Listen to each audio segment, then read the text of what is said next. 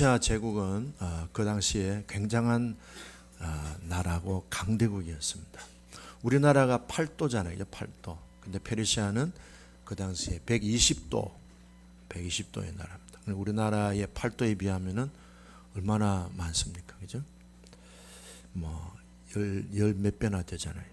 한 20배 정도 되는 그런 큰 나라입니다.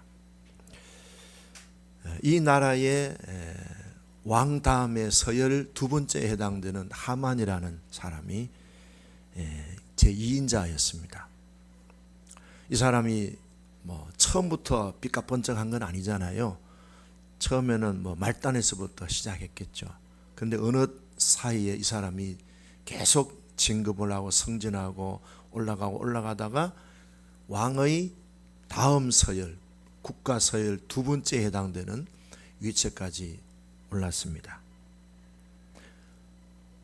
우리가 그 중간 내용들은 다 성경에서 생략되어 있지만 조금 여기에서 살을 붙인다면요, 이 하만이라는 사람은 다문화 출신입니다. 그러니까 페르시아의 본국 백성이 아니고 외국에서 이주해 온 이민자입니다. 그런데 이 사람이 그 다문화 출신으로서 페르시아의 국가 서열 2위까지 됐다면은 얼마나 이 사람이 치열하게 노력을 했을까. 본국의 사람도 그 자리에 오르기 힘든 일인데 외국의 이주민이 페르시아의 서열 2위까지 올라갔다는 것은 이 사람의 그 재능이나 실력은요, 뛰어나고도 더 뛰어난 사람이라고 할 수 있어요. 우리는 성경에 하만 장군 하니까 바보 같은 사람, 아이고 멍텅구리 이렇게 보이지만 그렇지 않습니다. 굉장히 이 사람은요, 아주 노력도 많이 했고 인간관계, 실력, 재능 뛰어난 중에서도 가장 뛰어난 그런 사람이었습니다. 얼마나 노력을 했겠어요. 흑수저 출신인데 이 사람의 출신이 어딥니까? 아말렉 족속이잖아요. 근데 아말렉 족속은 우리가 성경에 거슬러 가 보면은 이스라엘 백성들이 광야에 이제 애굽에서 나와가 광야에서 생활할 때 제일 첫 번째 전쟁을 했던 그 상대가 아말렉 족속들이잖아요. 그런데 이 아말렉 족속들이 좀 비겁한 거는 항상 뒤통수를 치는 그런 전략을 구사했어요. 뒤에서 싸움을 정면에서 싸우는 게 아니고 뒷공무니를 쫓아가면서 노인들, 아이들, 병자들, 그리고 뒤처져 있는 그런 좀 병약한 사람들을 막 이렇게 상대로 싸운 그런 좀 정정당당하지 못한 그런 좀 비겁한 모습이 있었어요. 하나님은 이렇게 뒤통수 치는 아말렉을 굉장히 싫어하셨어요. 그래서 사울 왕에게 이 아말렉 족속을 완전히 끝내라 했는데 사울 왕이 끝내지 않았잖아요. 그런데 그 후손이 남은 것이 바로 오늘 본문에 나오는 하만 장군이 아말렉 족속 출신입니다. 그러니까 이 사람도 얼마나 그 열등감이 많았을 거예요. 그리고 외국에서 이주해서 페르시아에 살면서 그렇게 서열 두 번째까지 올라갔다면은 대단한 사람이에요. 네. 대단한 사람이에요.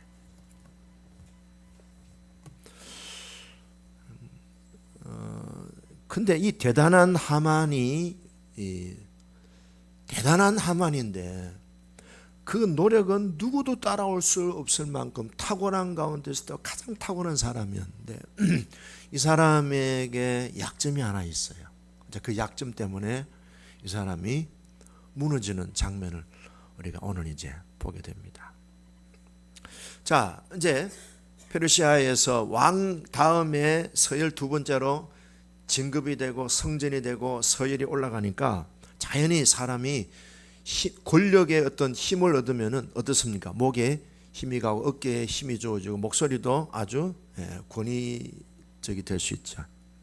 근데 사람들이 다 자기한테 머리를 조아리고 사람들이 다 자기 앞에 막 이렇게 굽신굽신하고 절도 하고 하니까 얼마나 기세등등했고, 그만큼 또 자기가 나만큼 뛰어난 사람 없다, 내가 이 나라의 왕 다음이다, 얼마나 기고만장했겠어요.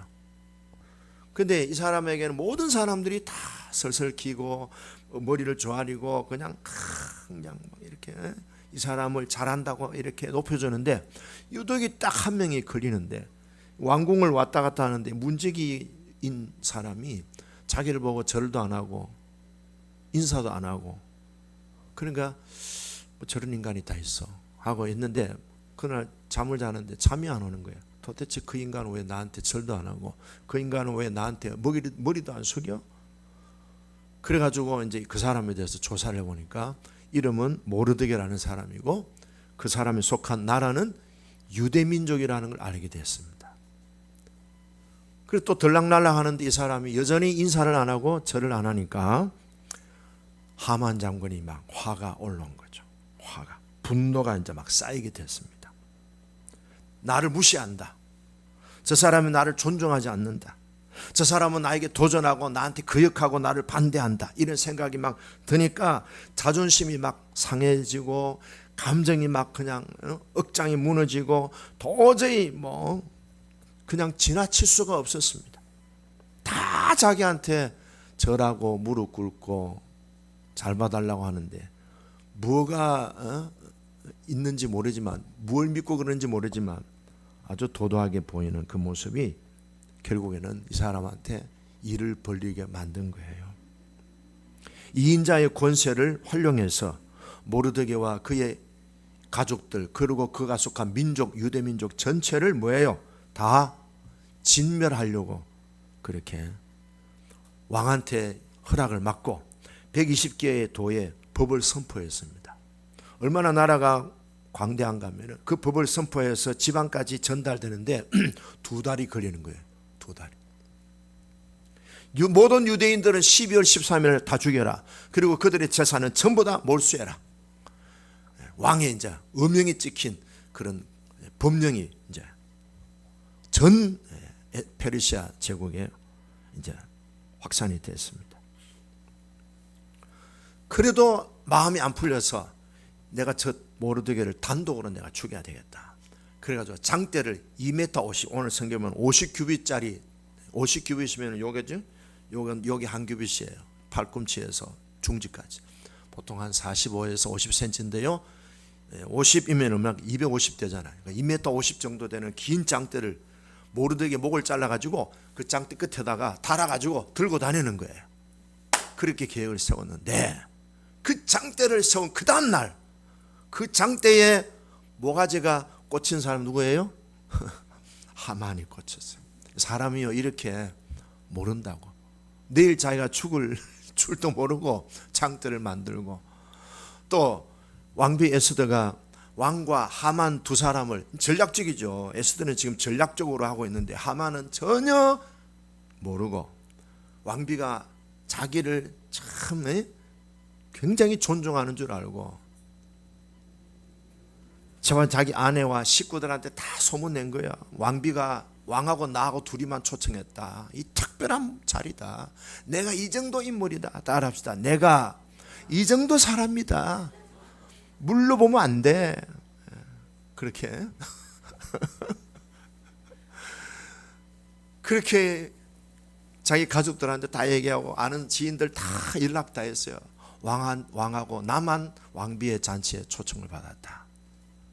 그랬는데 에스더가 또 이제 하루를 더 또 연장해서 잔치를 또 하겠다는 거야.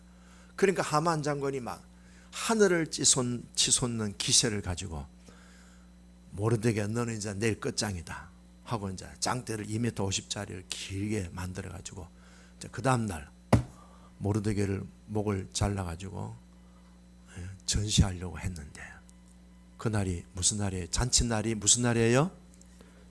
자기 장례식 날이. 인간이 이렇게 내일 일을 모르는 거예요. 근데 여기서 끝난 게 아니고 그 하만이 이제 장대에 달려 죽잖아요.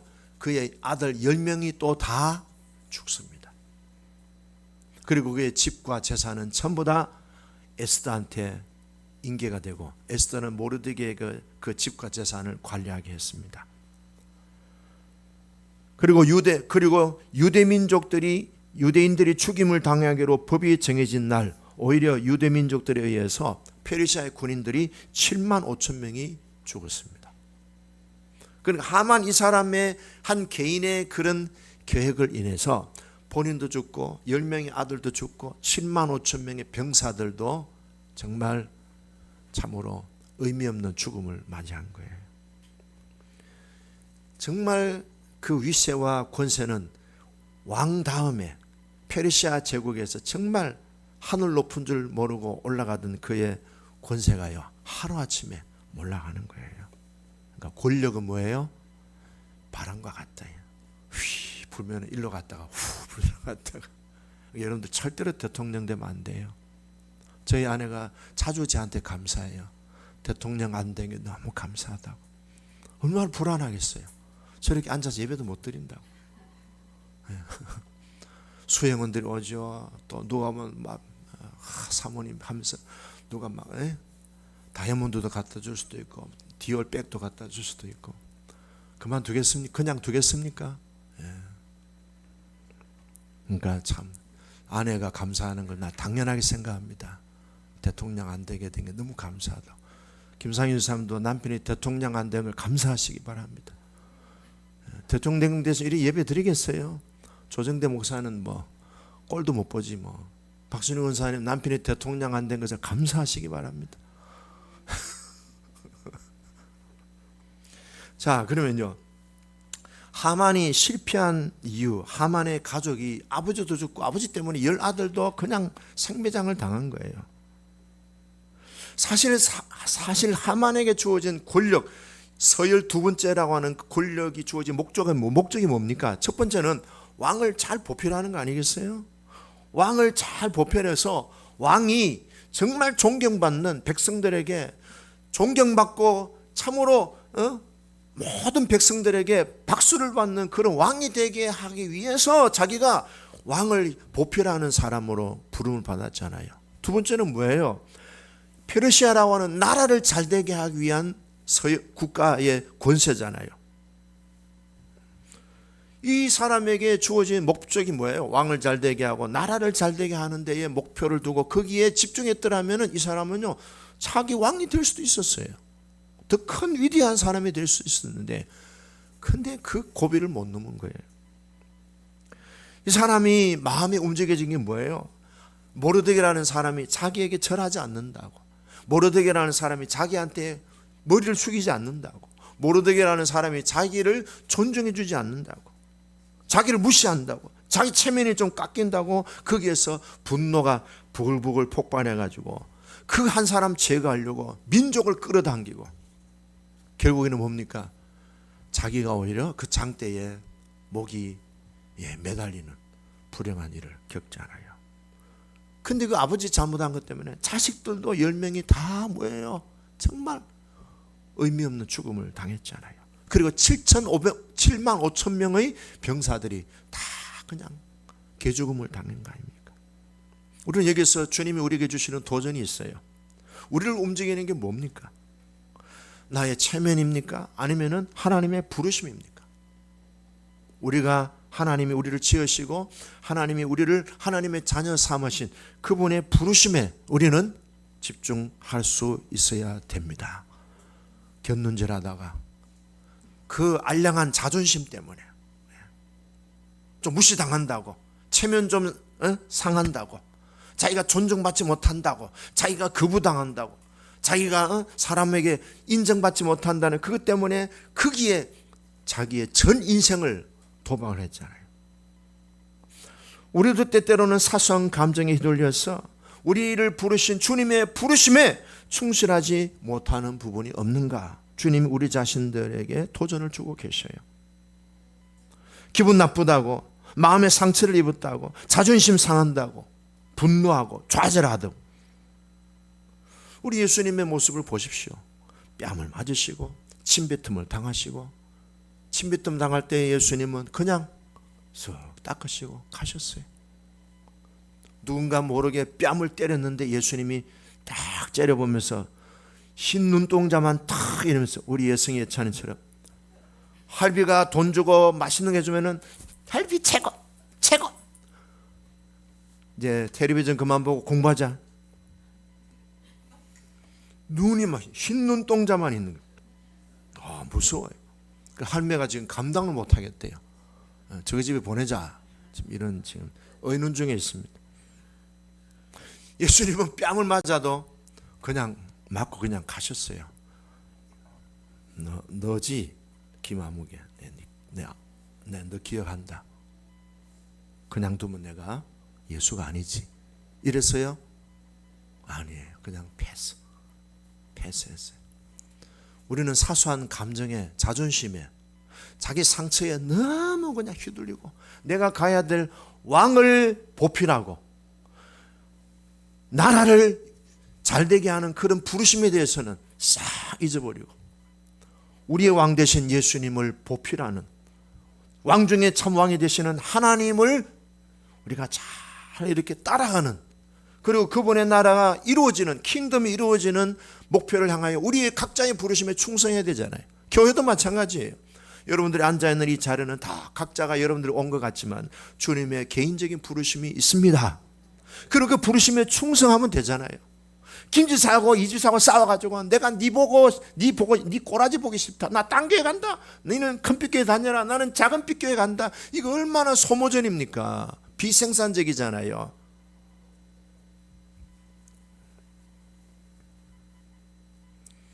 그런 인물 가운데 또 한 분은요, 모세라는 사람이 있어요.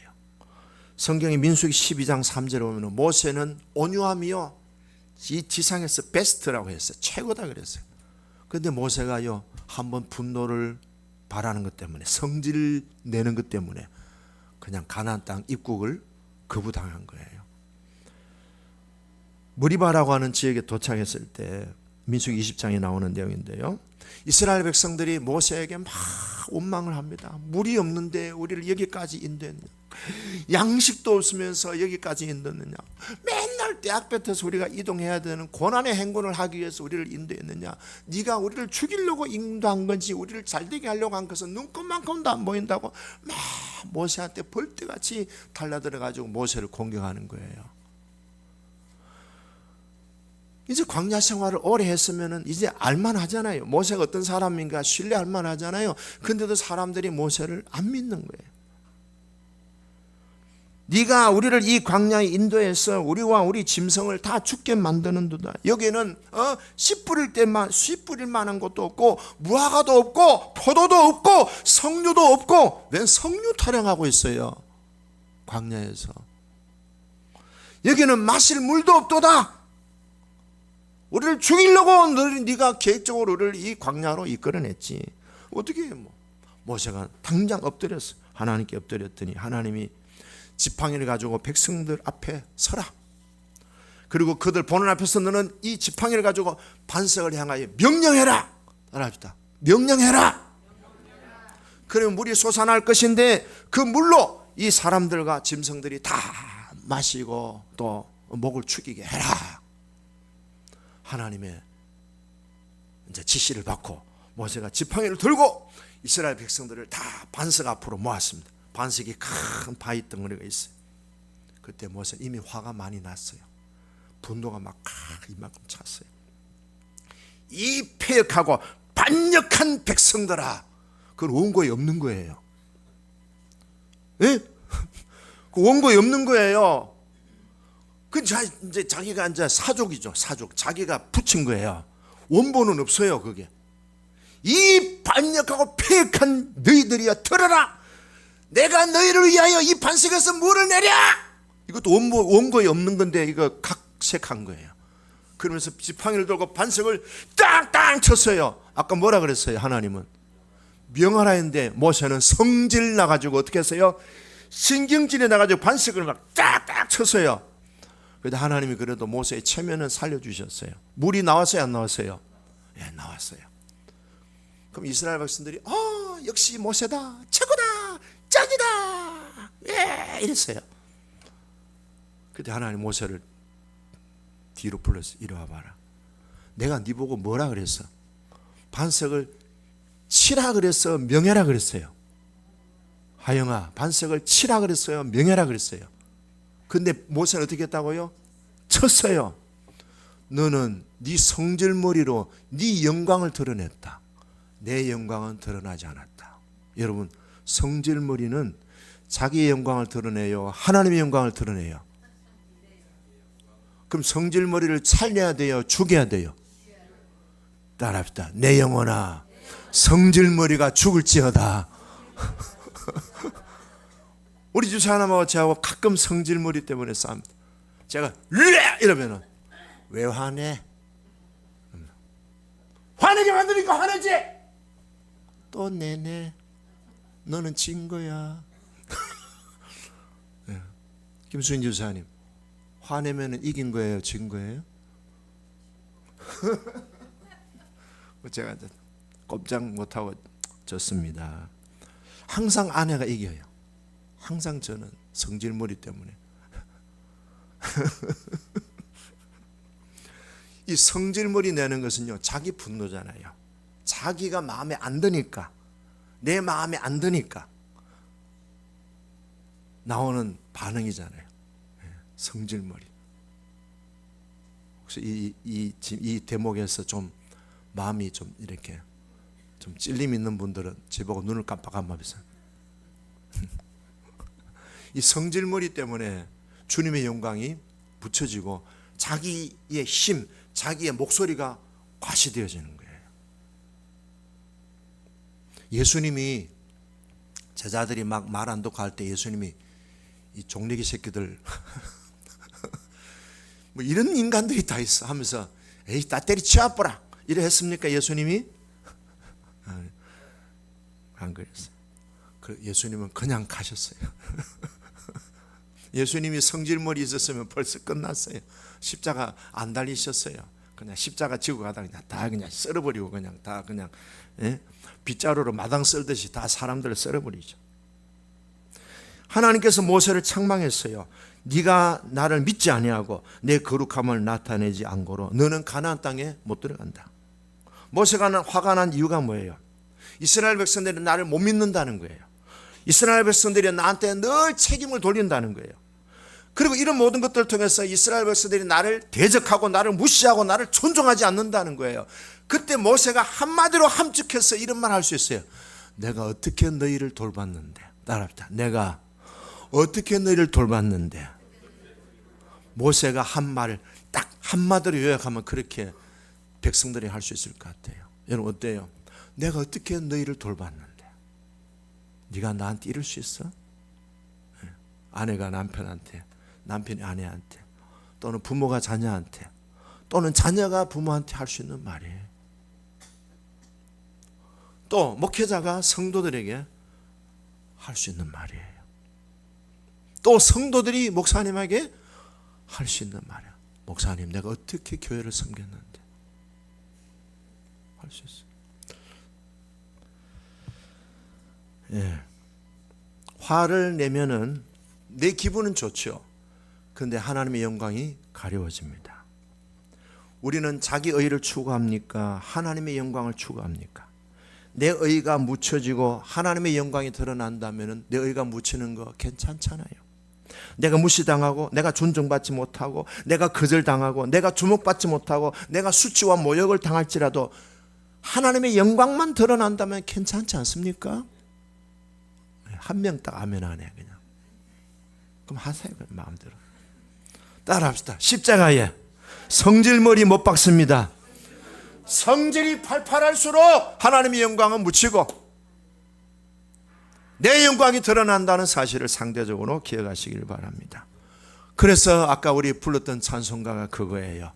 너 시험을 당해 죄 짓지 성질내지 말고 너 용기를 다해 고 물리치라. 너 성질머리 이겨 새 힘을 얻고 주 예수를 믿어 늘 승리하라. 우리 구주의 힘과 그의 위로를 빌라. 주님 내 편에 서서 항상 도우시리. 그 믿으면 돼요. 내가 억울한 일 당한 것 같고 무시당한 것 같고 내가 어떻게 했는데 내 진정이 전달되지 않고 내 수고와 헌신과 희생이 전혀 상대방이 알아주지 않을지라도 지나가면은 하나님의 영광이 드러나요. 근데 성질을 폭발하면은 누구한테 치는 거예요? 네, 마귀한테 치는 거예요. 이길 수 있기를 축복합니다. 하만이요, 그 성질머리 때문에 그는 자기와 10아들이 죽고요, 7만 5천 명의 병사들이 그냥 죽는 거예요. 참 인간이 전적으로 죽는 것도 있지만요, 이 잘못된 이 성격, 잘못된 분노화 때문에요, 일가족이 그냥 다 패가망신하는 거예요. 예수님 생각하면서 묵묵히 예수님도 뺨 맞으시고 침뱉음 당하시고 온갖 조롱과 희롱과 수치, 자존심은 뭐 일정함지 예수님은 없죠. 그런 상황에서도 끝까지 뭐예요? 내 뜻대로 마시고 아버지의 뜻이 이루어지이다 가셨어요. 우리도 그 길을 잘 따라갈 수 있기를 바랍니다.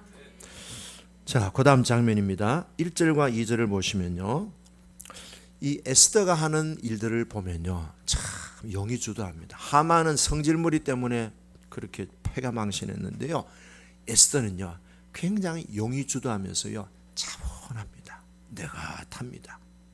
지혜롭습니다. 때를, 타이밍을 잘 포착합니다. 이 에스더의 지혜예요. 자, 2절에 보면요, 왕이 이 둘째 날 잔치에 술을 마실 때에 다시 에스더에게 물어 이르되, 왕후 에스더여, 그대의 소청이 무엇이냐 허락하겠노라. 그대의 요구가 무엇이냐, 나라의 절반이라 하더라도 주겠다. 이 얘기를 지금 3번 하는 거예요. 3번. 근데 첫 번째는 뭘 했습니까? 할렐루야 그랬어요? 아닙니다. 왕에게 제가 잔치를 베풀고 싶습니다. 하만 장군도 오라고 하세요. 당신이 가장 신뢰하는 당신의 사람 아닙니까? 그러니까 실컷 얻어먹고 대접받고 하니까 왕이 부담을 갖겠죠. 또 이제 둘째 날에 하만하고 왕 불러와가지고 이제 왕에게 대접을 하는 거예요. 지금 나라는 지금 이스라엘 유대 민족은 지금 굉장히 위기에 있잖아요. 그런데 그런 부분을 전혀 여자는요 내색을 안 하는 거예요. 이런 부분에 벌써 남자들은요 지 성전에 못 이겨 가서 막 하지만 여자들은요 내색을 안 해요. 드시지요. 왕이 한 잔 더 드시죠. 아이고 이걸 좋아하시네요. 이거 한 접시 더 가져올까요? 하면서요 굉장히 여유 있어 보여요. 평안한 거예요. 뭔가 믿는 구석이 있는 거예요. 그러니까 남자가 여자를 이겨요, 여자가 남자를 이겨요. 예, 남자가 여자를 못 이겨요. 남자는 지 성질머리에 울그락 부르락 버럭 조버럭 이버럭 뭐 버럭 하면서, 근데 여자들은요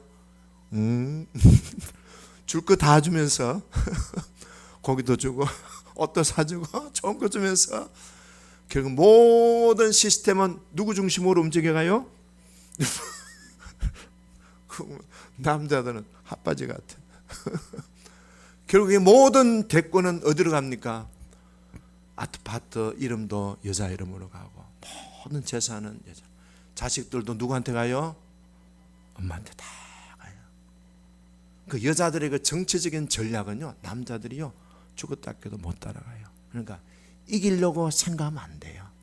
더불어 살려고 생각해야 그래도 밥이라도 먹지. 에스더 보세요. 타이밍을 기가 막히게 잘 조절하고요 그걸 활용합니다.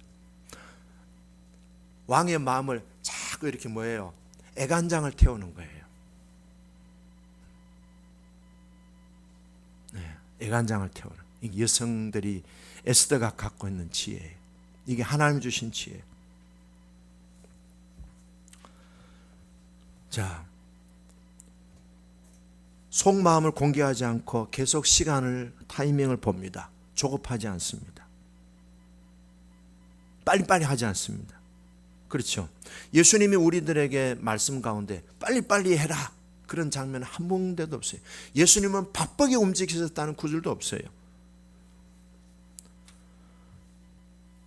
에스더의 행동은 감정에 휘둘리지 않았습니다. 지금 사실 불안하죠. 조급하죠.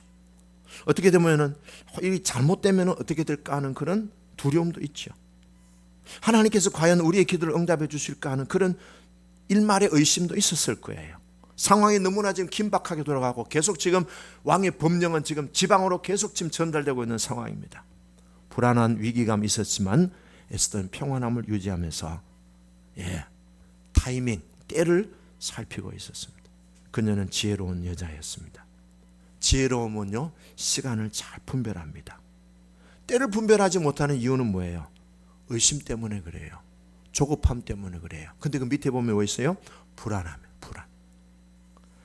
우리는 하나님의 때를 분별하고 기다리는 여유가 필요합니다. 그 여유와 그 어떤 조급함을 이길 수 있는 하나님이 우리들에게 제도적인 시스템을 주셨어요. 그게 뭔가 하면요, 안식일이에요. 안식일. 우리는 하루에 광고를 4,000개 이상을 봅니다. 계속해서 광고가 우리의 눈에 왔다 갔다 합니다. 유튜브를 보더라도 수시로 광고가 막 계속 들어옵니다. 근데 그 광고는 뭐예요? 더 좋은 것이 있습니다. 더 새로운 것이 있습니다. 더 싼 것이 있습니다. 더 훌륭한 것이 있습니다. 계속해서 뭐예요? 현재에 내가 살고 있는 것에 대해서 불만을 계속 충동질합니다. 그거 가지고 안 됩니다. 더 빠른 게 있습니다. 그거 가지고 안 됩니다. 더 싼 게 있습니다. 그거 가지고 안 됩니다. 더 편리한 게 있습니다. 계속 요새 우리 집에도 쿠팡이 계속 옵니다. 계속 누르는 겁니다. 더 좋은 거, 더 빨리, 더 싼 거. 팍팍팍팍. 그래서 여자들을 상대로 하면 장사가 잘 되는 거예요. 쿠팡 우리 집에도 가끔 서너 개 너댓 개 있어요. 쿠팡이 와요. 뭐 저도 시키고 아내도 시키고 우리 딸들 시키고. 그래서 이 광고는요, 우리들에게 불만족을 계속 충동질시키면서 물건에 대해서 충동 구매를 계속 자극을 줍니다. 이 인간 본연의 불만족이 본능적으로 있습니다. 그와 함께 현대의 디지털 시대, 이것이요, 정신적인 질병을 야기하고 현대인들의 영적인 상태를 계속 쇠퇴하게 만드는 원인이 됩니다. 그래서 영적으로도요, 편리한 거, 새로운 거, 간단한 거, 심플한 거, 이런 걸 좋아합니다. 설교 긴 거 여러분들은 좋아하지만 다른 교회 교인들은 별로 안 좋아합니다. 우리 교회는 2시간 설교해도 할렐루야 너무너무 좋아하는데 근데 이 템포, 이 빨리빨리, 그리고 신속한 거, 그리고 쉽고 간단하고 편리한 것에 대해서 하나님 우리에게 제동장치를 걸어주는 게 뭔가 하면요, 안식일입니다. 안식일이라고 하는 말은 영어로 히브리 말로 샤벳이라고 그러잖아요. 이 샤벳이라는 말은 두 가지 뜻이 있습니다. 첫째는요, 멈춘다는 뜻이 있어요. 일상의 모든 삶을 멈춰라. 멈추고 이제는 누구를 바라보라고요? 하나님을 바라보라. 그다음 두 번째는 뭐가 있는 거예요? 즐긴다는 뜻이 있어요. 안식일은 즐긴다. 뭘 즐기는 거예요? 세상 재미가 아니고 여호와로 인하여 즐기는 시간을 특별히 하나님 우리에게 구별해 주신 거예요. 그래서 안식일 날은 다른 거 하려고 하지 마시고 멈추세요. 멈추는 것이 뭐예요? 우리의 영혼이 잘 되게 하는 거예요. 안식일 날은 일하지 말고 그냥 즐기세요. 여호와로 인하여 주 안에 있는 나에게 딴 것이 있으랴. 그 찬송 부르면서 내일은 몰라요. 난 오늘 여호와로 인하여 즐깁니다. 그럼 내일 되면 뭐예요? 하나님이 다 또 예배해 놓으신 거예요. 그래서 우리는 이 에스더가요, 타이밍을 잘 맞추는 모습을 보면서 우리에게도요, 이 때를 잘 분별할 수 있는 지혜를 우리도 갖고 이 세상에 휘둘리지 않고 세상을 역주행해서 하나님의 나라로 이루어 나가기를 바랍니다. 자, 그 다음에는요, 한 가지 제목이 뭔가 하면, 내용이 뭔가 하면은, 에스더가 왕이 얘기했을 때 왕이 더 사랑해주고 더 부귀영화 성공 출세 이게 아니고요, 나와 내 민족을 살려주세요. 따라합시다. 나와 내 민족을 살려주세요. 그랬더니 왕이 깜짝 놀라는 거예요. 무슨 일이 일어났느냐, 자초지종을 얘기해봐라 했더니 거기에 핵심 멤버가 누구예요? 하만이잖아요. 하만이 죽이려고 했잖아요. 자, 우리가 에스더가 구한 것은요, 자기가 왕비가 되어 있고 왕궁에서 지내는 얼마나 호화롭게 지냅니까? 그런데도 에스더는 거기에 만족하지 않고 나와 내 민족을 구원해 주세요. 살려주세요. 기도하는 거예요. 약자를, 환란에 처한 사람들을 돌아보는 거예요. 우리나라에 22년 동안 자기 청춘을 바친 한 젊은 여성이 있습니다.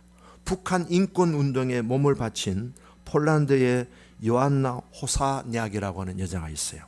우리나라에 29살에 왔는데 지금 51세, 22년 동안 북한 인권을 위해서 이분이 헌신하고 있습니다. 그런데 이 단체가 지금 문 닫기 직전에 있어요. 왜? 기부금이 다 줄어들었대. 미국에서 지원금이 오는데 그걸 다 미국의 재산, 세금 낭비다가 트럼프 대통령이 다 중단시켜버린 거예요. 우리나라에서 있는 민간 재단인데 북한 인권을 위해서 보호하고 탈북자들을 보호해주고 북한의 인권 유린을 전 세계에 이렇게 보여주려고 세운 이 단체가 미국의 후원을 받아가지고 운영이 됐다는 거예요. 그런데 이 단체가 문 닫기 직전에 와 있다는 거예요. 그러니까 이 호사냐기라고 하는 이 여자분이 이런 얘기했습니다. 가짜 평화에 속지 마십시오. 아우슈비츠가 여전히 북한에 있습니다. 이분이 인권에 대해서 그렇게 관심을 가진 이유가 옛날에 폴란드가 독일과 러시아의 지배를 받았지 않습니까? 이분이 어린 시절에 아버지의 가르침을 받았다는 거예요.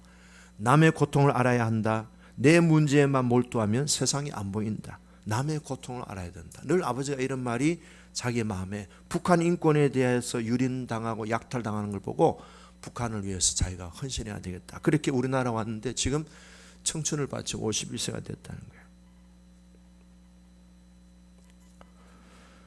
자, 우리 개인적인 호사도 중요하고 개인적인 축복도 영광도 중요하지만 우리 주위에 있는 그분들을 위해서 때로는 우리의 이 호사를 과감하게 내려놓고 헌신할 수 있는 그런 자리로 주님이 부르고 계셔요. 자, 이제 마지막 한 구절만 읽고 마치겠습니다. 10절 읽어보시죠. 10절 시작. 모르드게를 매달려고 한 나무에 하만을 다니 왕의 노가 그치니라. 예, 결국에 신앙은 승리합니다. 결국에 하나님의 자녀들은 하나님이 책임지시는 것을 볼 수 있습니다. 우리가 하나님의 자녀라면은 어떤 위기와 어떤 어려움이 와도요 강하고 담대하십시오. 하나님이 우리를 반드시 승리의 길로 인도해 주실 줄로 믿습니다. 그 믿음으로 나아가기를 축복합니다. 기도하겠습니다.